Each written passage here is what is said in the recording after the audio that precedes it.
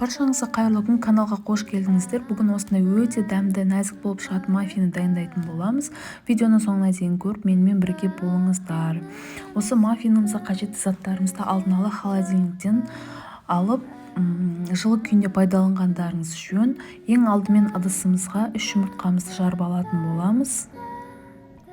Оның үстіне шым тұзымызды салып, одан кейін қантымызды салып, барлығын миксердің көмегімен 3 немесе 5 минут жақсылап араластырып аламыз. Көпіргенше.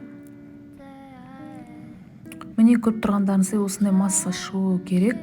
Келесі үстіне жылы айранымызды құямыз. Жақсылап араластырамыз. Одан соң сұйық майымызды құямыз. Бұның орнына сары майды қолдансаңыздар да болады ерітіп. Келесі миксерлеп алып, үстіне жылы сүтімізді құйып, барлығын жақсылап миксерлеп аламыз. Келесі електен өткізілген ұнымыздың үстіне 1 шай қасық қышымыз саламыз. Жарты шай қасық содамызды салып, барлығын араластырып, осылай жаймендеп салып, миксердің көмегімен араластырып алатын боламыз.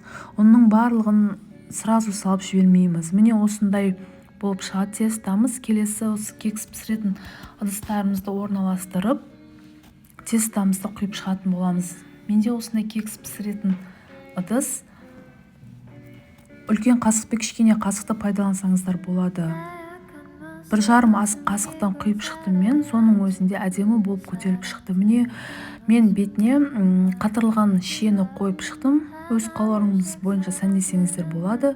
Келесі 180 градуста 20 минутқа пісіріп алдым. Міне біздің кекстеріміз дайын. Өте дәмді, өте жұмсақ болып шықты. Видеода көріп тұрғандарыңыздай. Құрамы мен мөлшерін описаниеден таба аласыздар.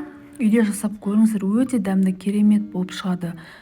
Видео рецепт ұнаса каналға тіркеліп, лайк басуды ұмытпаңыздар. Ас болсын!